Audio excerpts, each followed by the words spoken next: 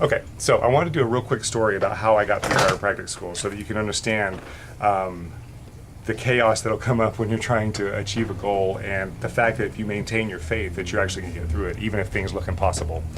So I was 28 years old. Kelly was 20 years old. We had just gotten married, and we found out that we were pregnant with Zoe, my first daughter. And I was a waiter at the time, and I was also a massage therapist, earning somewhere between $22,000 to maybe $30,000 a year, depending on a good year. And I had a table that came in, and it was a six-top. That means there were six people at this table. A mother, a father, their two teenage kids, and then those kids' boyfriend and girlfriend. And their bill, I still remember this very specifically, their food bill was $115. And it hit me. I thought to myself, I'm like, oh my God, I've got a daughter coming. I'm 28 years old. There's no way with the path that I'm on right now that I could take a family out and we could eat a $115 meal. I would have to save up for months to be able to do that. So I called Kelly and I said, Kelly, we got to go to chiropractic school. Well, she, in her shock, because we got up that morning with no plans of anything like that, she said, we're not going to chiropractic school. Well, we got off the phone.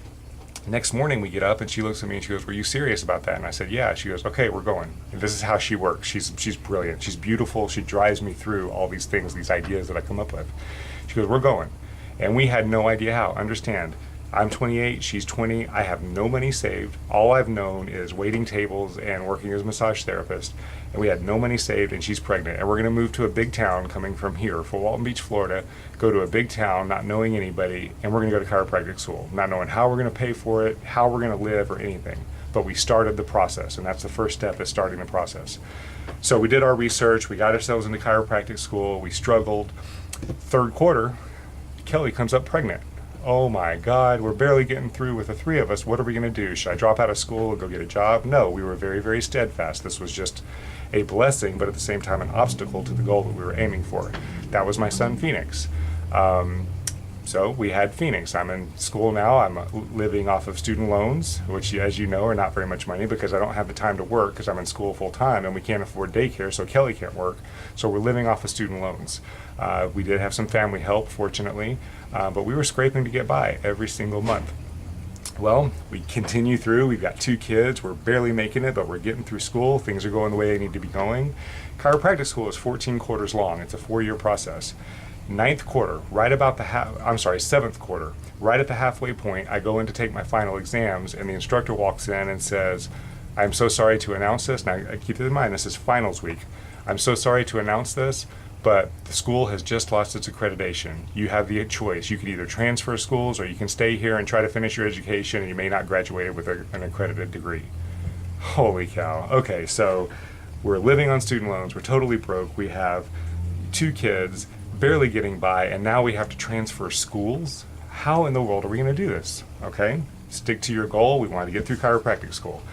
It's just another obstacle. So we did, and we had faith. We stressed about where we were going to go, but we always knew that we would find a way to get there. And we did. We went to Houston, Texas, and I finished out school there.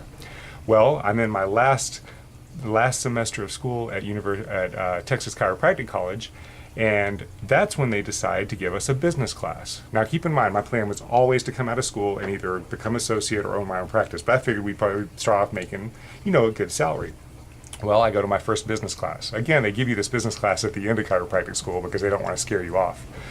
Well, I realized, holy cow, I know how to be a great chiropractor, but I don't know anything about how to start a business. And I just found out that associates only make about $20,000 a year. I'd be making less money coming out of school than I was making when I was in school or before I went to school.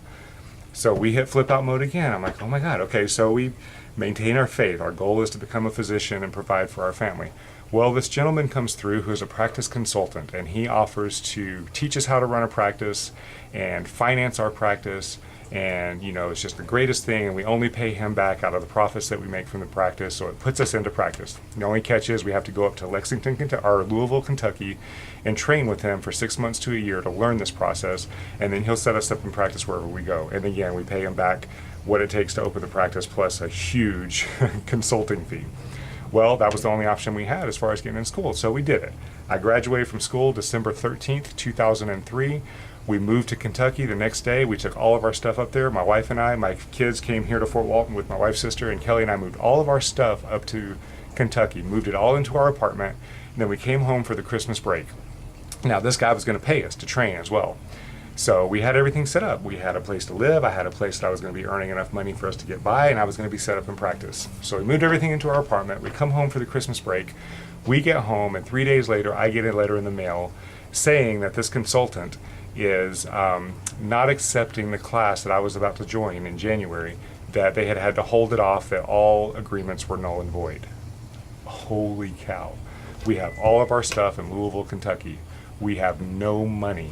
We don't know anybody up there. We have no way to go up there and get our stuff. Now I have no way to go and practice. What in the world is going to happen? So we freak out here.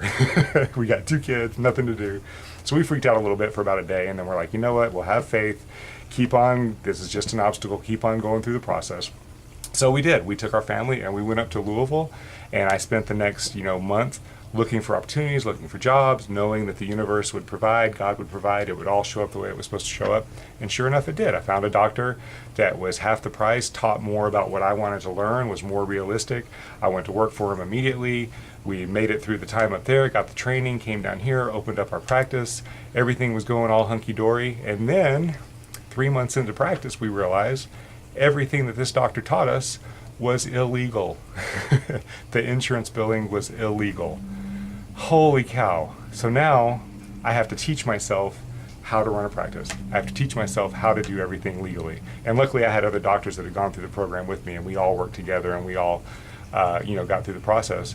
And here we are. We've made it through. We made it through all these obstacles that we never should have made it through.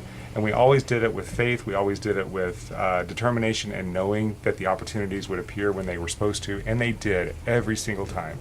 So when you're working on these goals, when you set these goals, just take action. Just have faith that even though you don't know where you're going or what you're doing or why you're doing it, just know the opportunity will appear. If one door closes, that door is going to close for a reason, because you need to be able to go and get into the other door and look for that other door and find it and get your way there. Stop making excuses, just do it, because the way is always there.